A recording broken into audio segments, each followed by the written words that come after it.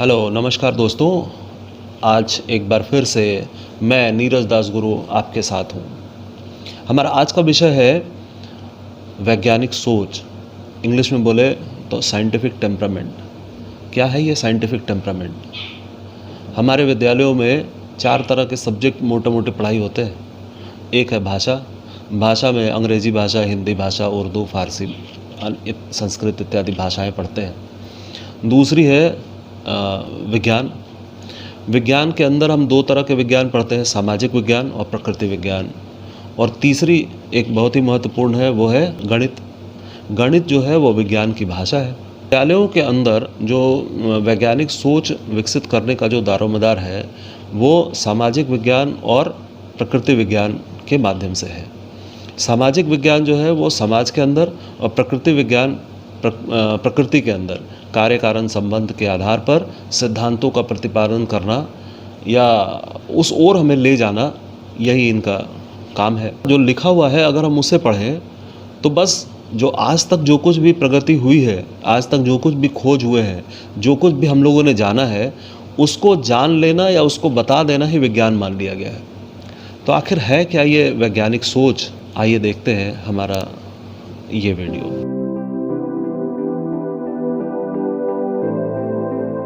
और वर्तमान पढ़ाई लिखाई हमारी कैसी है? अगर हम देखें तो वर्तमान पढ़ाई लिखाई मोटा मोटी वैसी ही है जैसे हिंदी भाषा की है।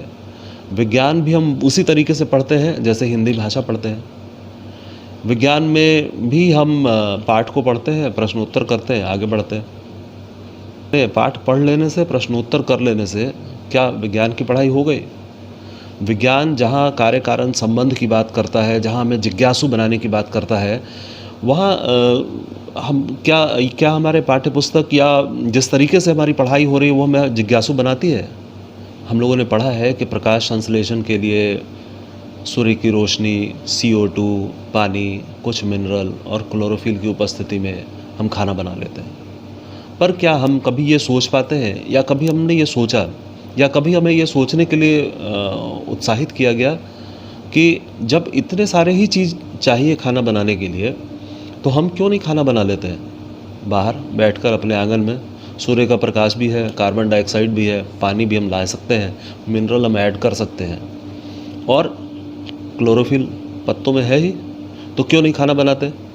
या अगर हमें इतनी बात मालूम है तो क्या हम खुद अपने आप को एक ऑटोट्रॉफ बना सकते हैं? क्या हम खुद अपने आप को एक खाना भोजन प्रोड्यूसिंग यूनिट भी बना सकते हैं? क्या हम अपने बदन पर यहाँ से यहाँ चीरा लगा लें और एक पट्टी में अगर हम क्लोरोफिल रख लें, हमारे शरीर में पानी है, मिनरल है, सब कुछ है, तो क्या यहाँ से खाना बन जाएगा और हम सेल्फ सफिशिएंट या सेल्फ रिलायंट हो जाएंगे? क्या इस तरह का कोई स्कोप है? क्या वास्तव में हम विज्ञान को विज्ञान की तरह पढ़ते हैं? विज्ञान की पढ़ाई में जिज्ञासु होना ज़रूरी है, और जिज्ञासु जो होगा वो ऑब्ज़र्वेशन करेगा। ऑब्ज़र्वेशन का मतलब है देखना, अपने चारों तरफ के वातावरण में जो घटनाएं हो रही हैं और जो कुछ भी चल रहा है उसको देखना, समझना। जब हम इन चीज़ों को अवलोकन करते हैं तो हम इन चीज़ों को देख करके अपनी एक राय बनाते हैं, एनालिसिस करते हैं। इनके कैरेक्टरिस्टिक फीचर्स होते हैं, उन कैरेक्टरिस्टिक फीचर्स के आधार पर हम चीज़ों को एनालाइज़ करते हैं। जैसे हम जब अपने चारों तरफ देखते हैं तो बहुत जीव जंतु और बहुत सारे अन्य चीज़ें दिखाई देती हैं। हम इनको देख करके इनके कैरेक्टरिस्टिक्स के आधार पर इनको हम सजीव और निर्जीव 2 चीज़ों में बांटते हैं। किताब में दिया हुआ है कि इस तरह की परिस्थिति है, तो जब हम इसी चीज़ को पूरी तरह से पढ़ा दें तो हम कुछ ऑब्जर्वेशन करने के लिए किसी को नहीं बोल रहे हैं, उनको बता दे रहे हैं कि सजीव ऐसे होते हैं, निर्जीव ऐसे होते हैं। तो क्या विज्ञान की कक्षा में हम जो हमारे पास जो थीम है, हमारे आसपास जो भी बातें हैं, जो भी चीज़ें हैं, क्या हम उनका विश्लेषण करना सिखाते हैं या क्या विश्लेषण करते हैं? नहीं, हम बस वो पाठ को पढ़ते हैं। पाठ को पढ़ना विज्ञान नहीं है। अगर हम पाठ को पढ़ने की जगह बच्चों के साथ ये चर्चा करते कि हमारे आसपास जितनी भी चीज़ें हैं, क्या उनको हम कोई 2 भाग में बांट सकते हैं, 2 या 4 भागों में बांट सकते हैं, और उसको बांटने का आधार क्या होगा? बांटने का आधार बहुत महत्वपूर्ण है। किस आधार पर हम उसको बांट रहे हैं? तो सबसे पहला चीज़ है ऑब्ज़र्वेशन करना। ऑब्ज़र्वेशन करके कैरेक्टरिस्टिक फ़ीचर को अपने दिमाग में बैठाना, और जब हम दिमाग में उन कैरेक्टरिस्टिक फ़ीचर्स को बैठाते हैं तो एक तरह वाले कैरेक्टरिस्टिक फ़ीचर वाले को एक तरफ रखते हैं और दूसरे अलग तरह वाले को अलग जगह रखते हैं, और यहीं से विज्ञान की शुरुआत होती है। ये विज्ञान का दूसरा स्टेज है। पहला स्टेज ऑब्ज़र्वेशन करना कैरेक्टरिस्टिक फ़ीचर्स का, और दूसरे बार अपने दिमाग में सजाना कि कौन सी चीज़ें किस खाने में जा रही हैं। जैसे मान लीजिए कि आप जहाँ रहते हैं वहाँ आसपास बहुत सारे घर हैं।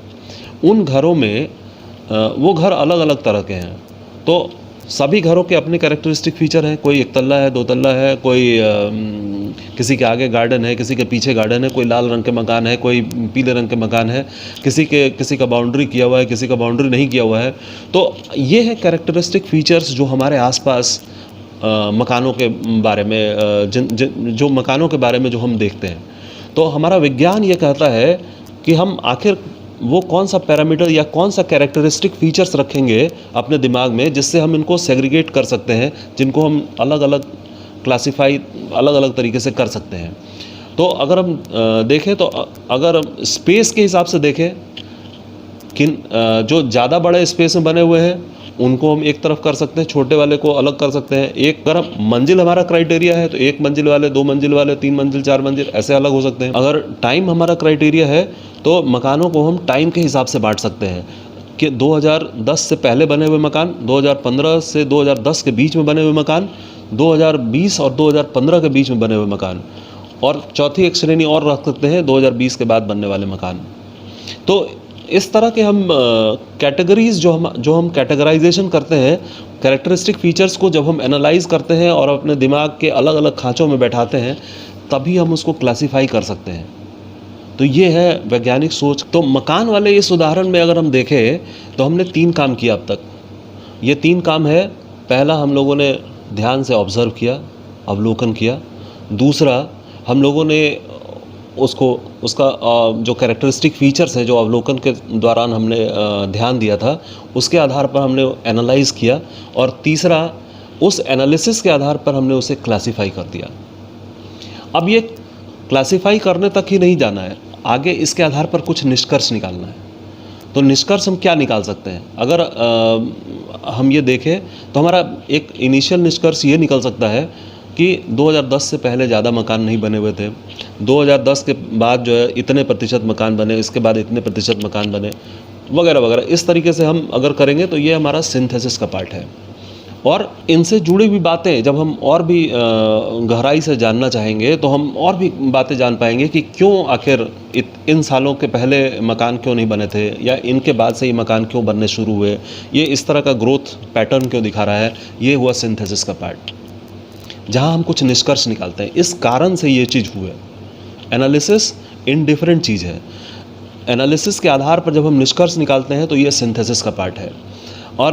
और यहीं पर हम सिद्धांत फाइनली बनाते हैं कि यातायात के साधनों के कारण, सड़क बनने के कारण मकानों का बनना बढ़ता है। तो ये है वो सिद्धांत जिसे हम इस पूरे प्रोसेस के दौरान हम लोगों ने ये किया। तो विज्ञान की पढ़ाई हमको ये सिखानी चाहिए थी, लेकिन वास्तव में विज्ञान की हमारी पढ़ाई होती कैसी है?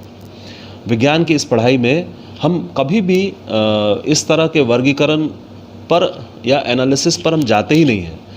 पहले से सब कुछ किया हुआ है, उस पहले से किए हुए चीज़ों को हम जान लेते हैं, उसी को अपने दिमाग में बैठाना होता है, और यही होता है विज्ञान की पढ़ाई आज के परिप्रेक्ष्य में।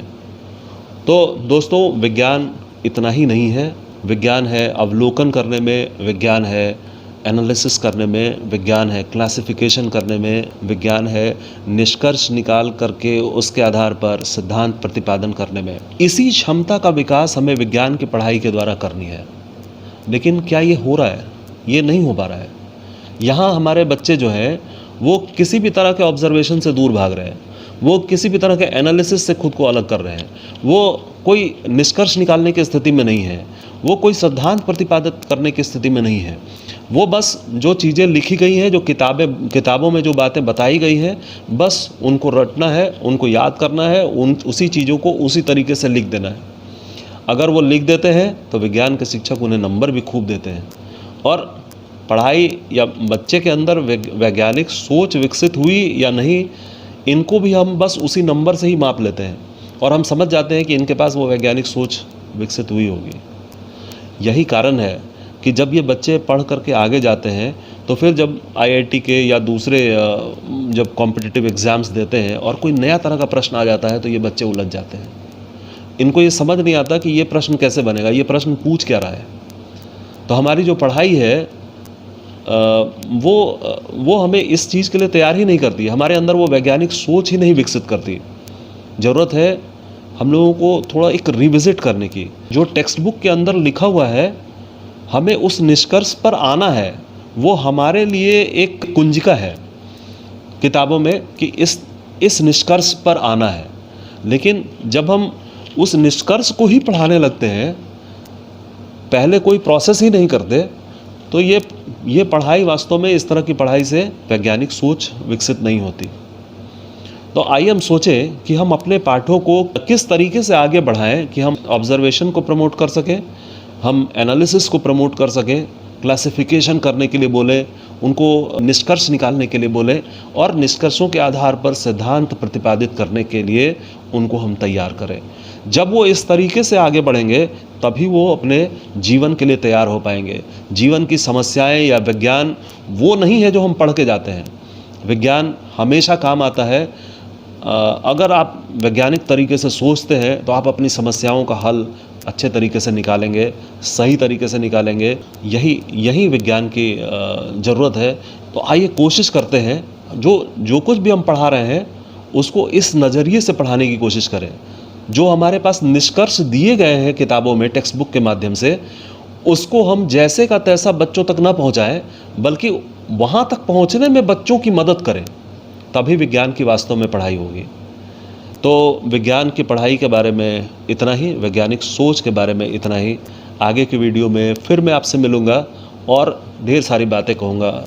अगर आपको लगता है कि मैंने जो कुछ बातें कही हैं वो उनमें कुछ गलती है या आप कुछ और जोड़ना चाहते हैं तो आप कमेंट बॉक्स में लिखिए, मुझे अच्छा लगेगा पढ़ के। अगर आप कुछ ऐसा करते हैं तो आप वो भी मुझसे शेयर कीजिए, मैं आपसे आ करके पर्सनली भी मिल सकता हूँ।